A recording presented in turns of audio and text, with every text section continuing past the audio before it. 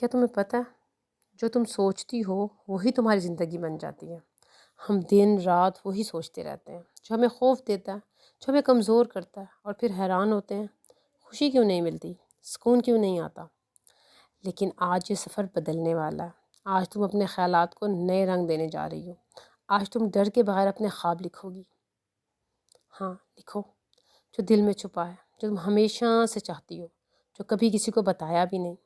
بس آج رب کے سامنے لکھ دو، کیونکہ جب تم خواب یقین سے لکھتی ہو تو وہ دعا بن جاتے ہیں، اور جب رب دعا سنتا ہے تو ناممکن بھی ممکن ہو جاتا ہے۔ آج کے دن صرف لکھنے کا نہیں ہے، یہ یقین جگانے کا دن ہے۔ سوچو مت کہ کیسے ہوگا، بس لکھو کہ میں کیا چاہتی ہوں، میں کون بننا چاہتی ہوں، میں کس روشنی کی طرف بڑھنا چاہتی ہوں۔ یہ صرف الفاظ نہیں ہیں، یہ تمہاری نئی زندگی کا نقشہ ہے۔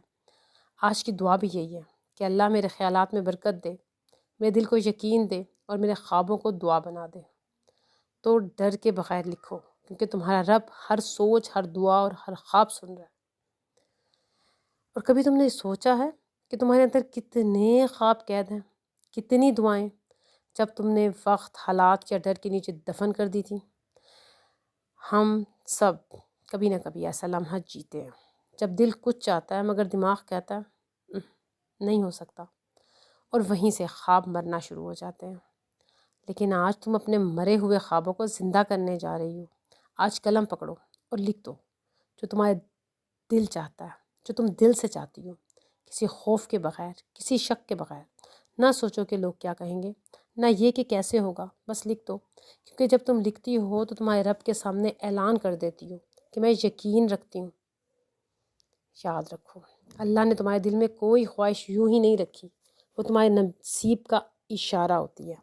تمہارے خواب بڑے نہیں ہیں، تمہارا رب بہت بڑا ہے۔ اپنے خیالات کو شکوے سے شکر میں بدل دو، خوف سے امید میں، اور کمزوری سے یقین کا سفر کرو، کیونکہ جب تم یقین سے لکھتی ہو تو لفظ دعا بن جاتے ہیں، اور دعائیں حقیقت۔ آج کی دعا ہے، اللہ میرے خیالات میں برکت دے، میرے دل سے ڈر نکال دے، اور میرے خوابوں کو قبولیت کا لباس پہنا دے۔ آج ڈر کے بغیر لکھو گی، کیونکہ تم اکیلی نہیں ہو، اللہ تمہارے ساتھ ہے، تمہارے لفظوں کے درمیان، تمہارے دعاؤں کے ہر وقفے میں۔ تو آج سورۃ رحمان سن کر جو دعا مانگنی ہے وہ اپنے دل سے مانگنی ہے، اور پھر جو آپ کا ٹاسک ہے کہ اپنے خوابوں کو بنا ڈرے لکھ دو۔ السلام علیکم ورحمۃ اللہ وبرکاتہ۔